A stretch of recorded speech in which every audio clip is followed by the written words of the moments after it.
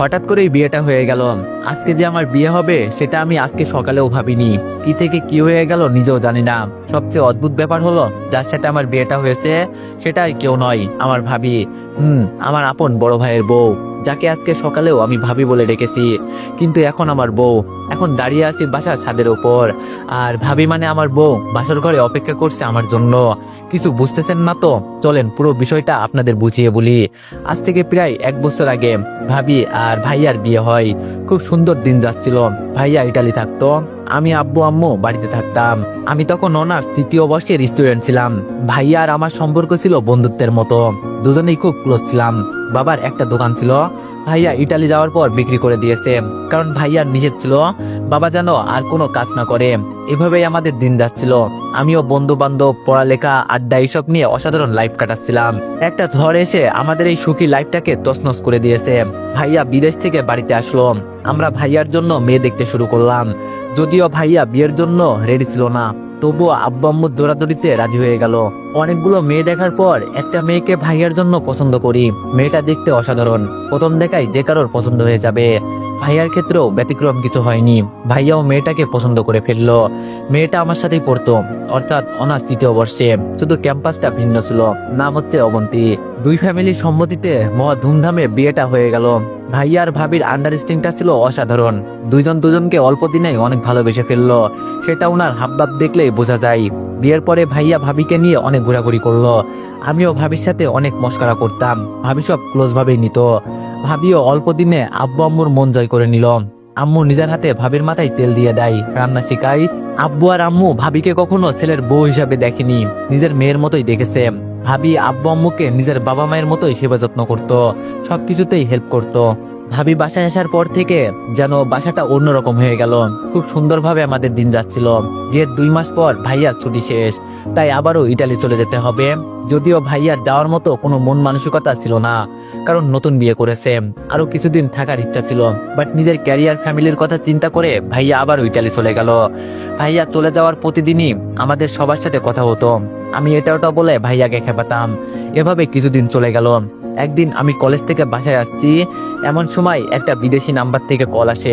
আমি ভেবেছিলাম ভাইয়া কল দিয়েছে, কিন্তু না। আমি কলটা রিসিভ করলাম। আমি বললাম, হ্যালো ভাইয়া, কেমন আছিস? কিন্তু ওপাশ থেকে অন্য একটা লোক বলল, আমি আপনার ভাই না, আপনার নাম কি তামিম? আমি বললাম, আমি তামিম, বাট আপনি কে? আমাকে কিভাবে চিনেন? লোকটি বলল, আমি তোমার ভাইয়ের বন্ধু, একসাথে কাজ করি, আমার নাম রহিম। আমি বললাম, ও আচ্ছা, তো ভাইয়া কেমন আছে? রহিম চুপ। আমি বললাম, কি ব্যাপার, চুপ করে আছেন কেন? ভাইয়া কেমন আছে? রহিম হেই সবাই কেমন আছেন? আপনারা তো আমার ফেসবুকে নানা ধরনের গল্প শুনে অভ্যস্ত, কিন্তু আজকে আপনাদের জন্য আরো বড় একটা চ্যালেঞ্জ। চলে আসুন আমার ইউটিউব চ্যানেলে, যেখানে আমি করি দারুণ সব মুভি এক্সপ্লেন গল্প।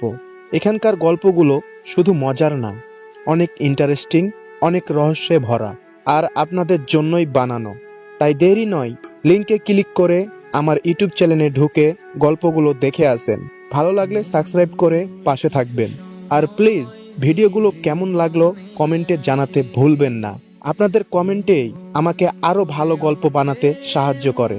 আর হ্যাঁ, আপনারা যারা আমাকে ফেসবুকে কমেন্ট করে রিপ্লাই পান না, তাদের জন্যই বলছি, আপনারা আমার ইউটিউব চ্যানেলে যান, ভিডিওগুলো কেমন হচ্ছে জানান, এবং আমার ইউটিউব চ্যানেলেই আমাকে কমেন্ট করে জানান আপনাদের মতামত।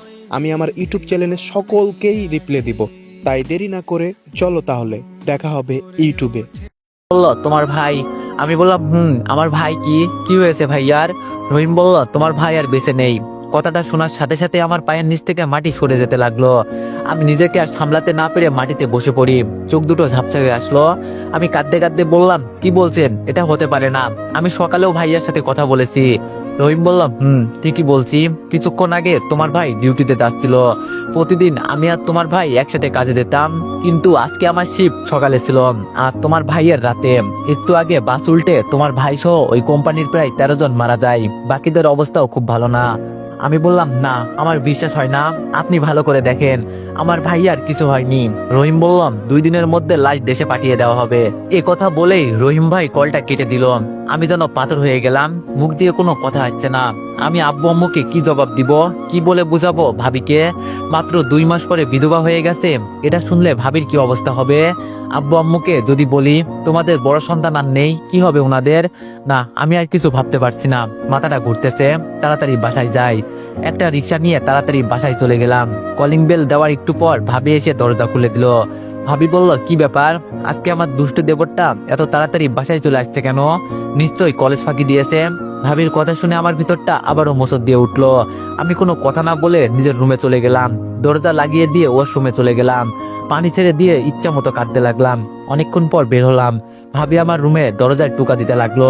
ভাবি বলল, কি ব্যাপার দেবর সাহেব, মন খারাপ কেন, কি হয়েছে? মনে মনে বললাম, যদি বলি কি হয়েছে তাহলে নিজেকে স্থির রাখতে পারবেন না।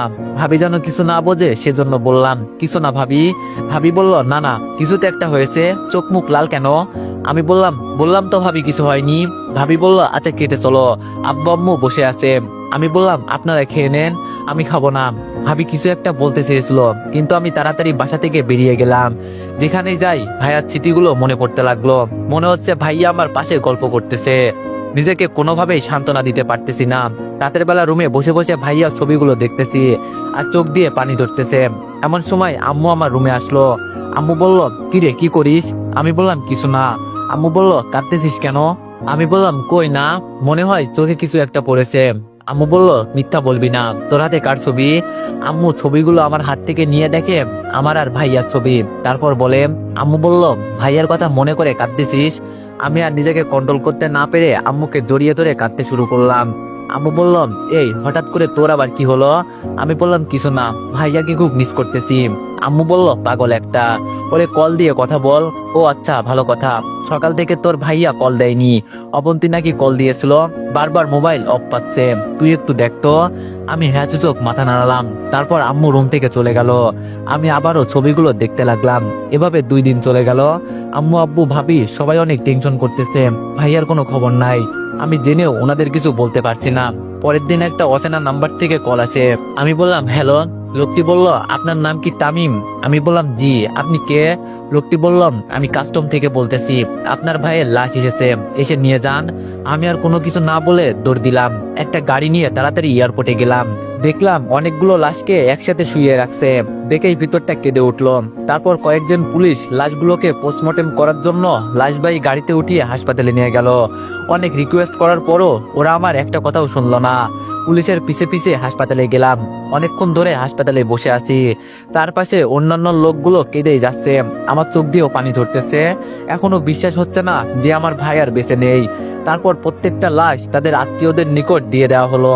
আমি ভাইয়ের লাশের পাশে দাঁড়িয়ে রইলাম। ভাইয়ার চেহারার দিকে তাকিয়ে আছি।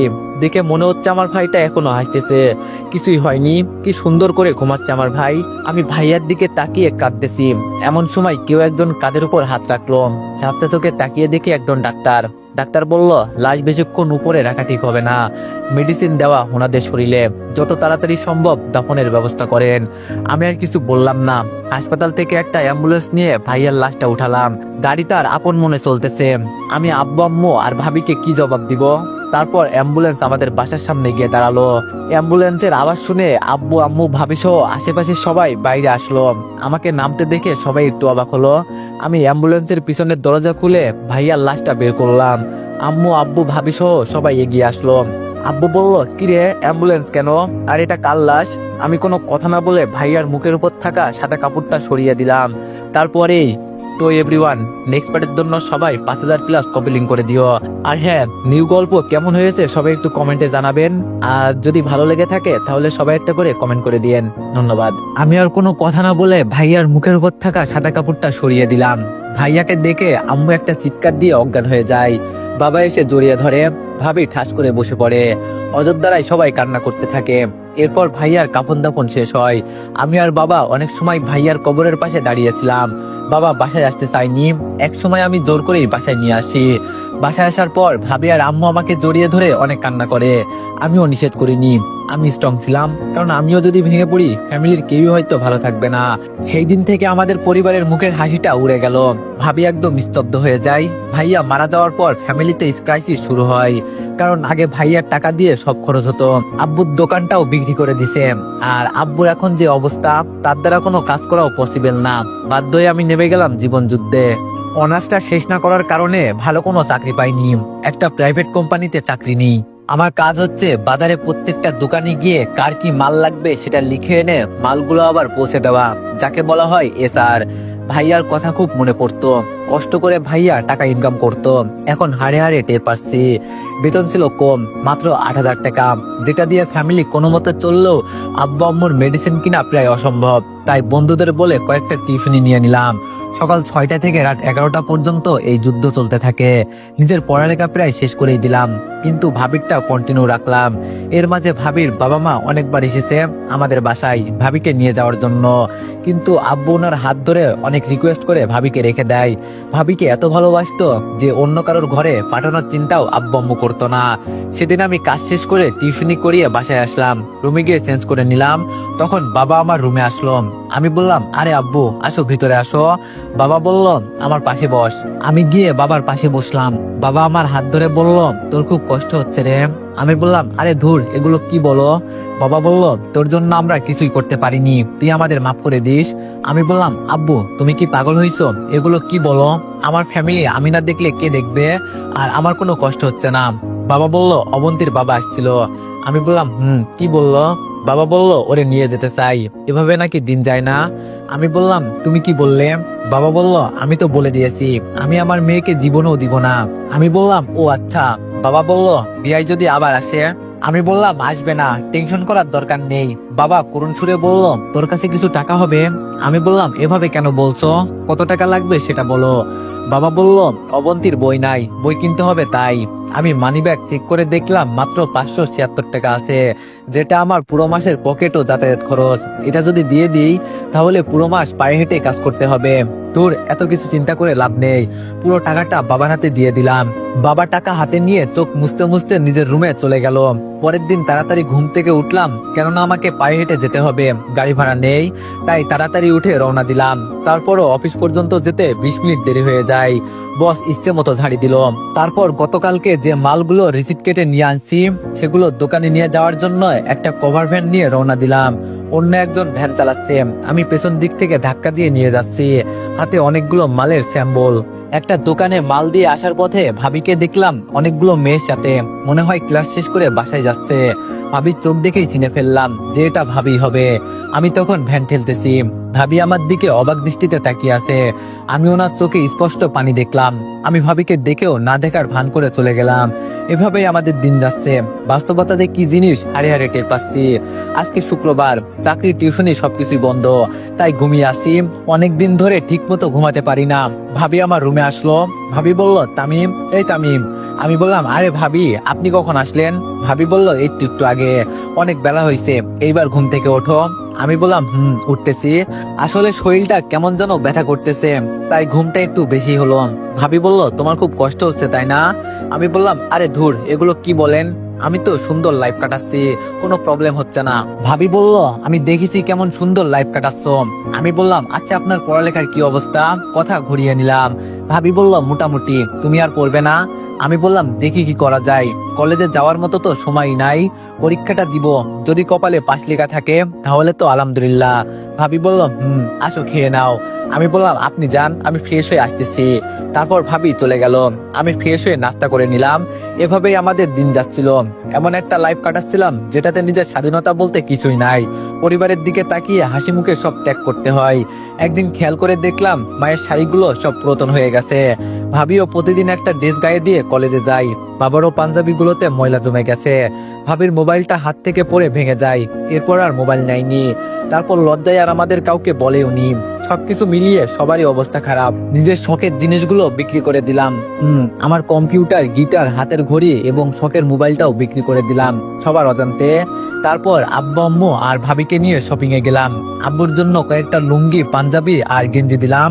আম্মুর জন্য শাড়ি আর টুকিটাকি জিনিস। ভাবিকে ওনার পছন্দ মতো নিতে বললাম। উনি কয়েকটা থ্রি পিস, জুতা, কিছু কসমেটিক নিল। আম্মু বলল, তোর জন্য কিছু নিবি না?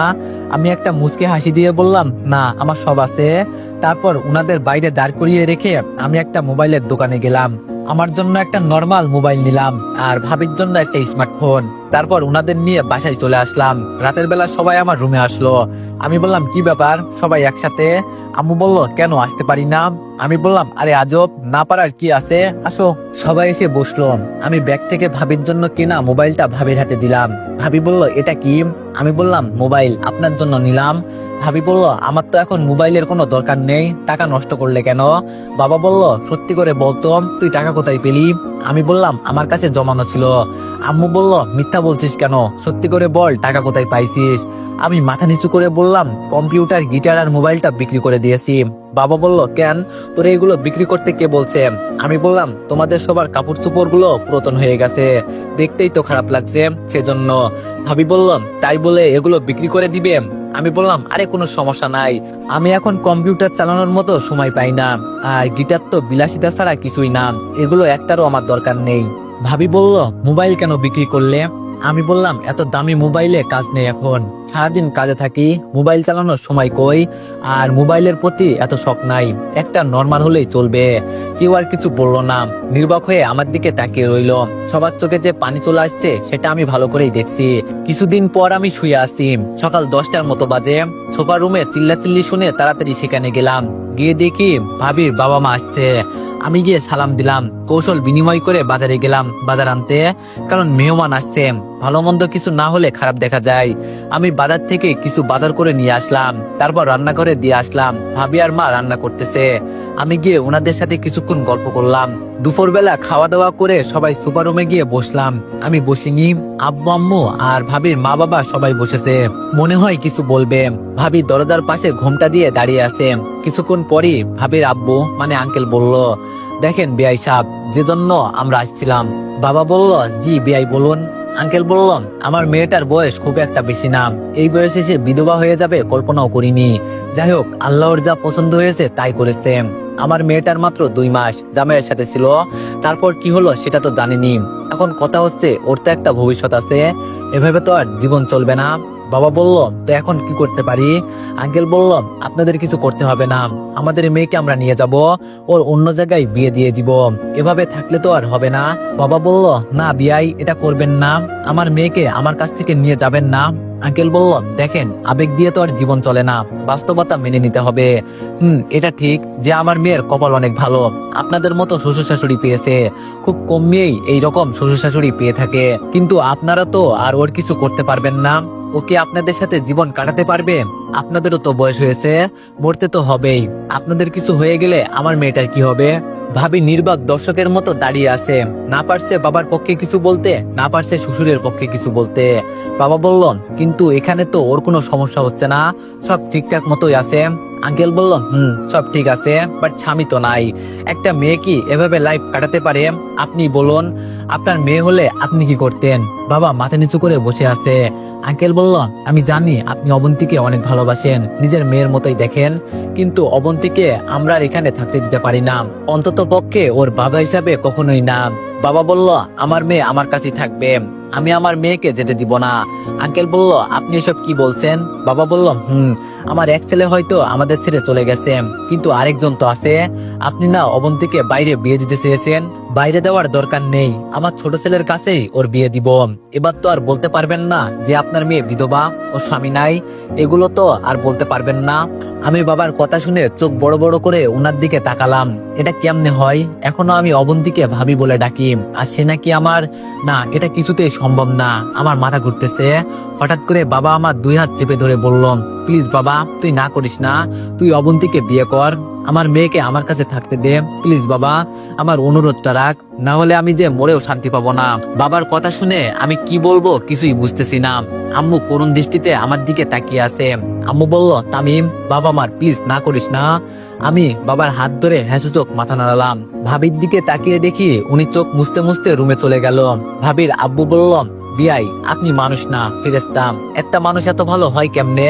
আমি নিজেও জীবনে আমার মেয়ের জন্য এত কিছু করিনি যেটা আপনি করলেন। বাবা বলল, আচ্ছা বিয়াই মশাই, বিয়েটা আজকেই হয়ে যাক, আমি কাজে ডেকে নিয়ে আসি।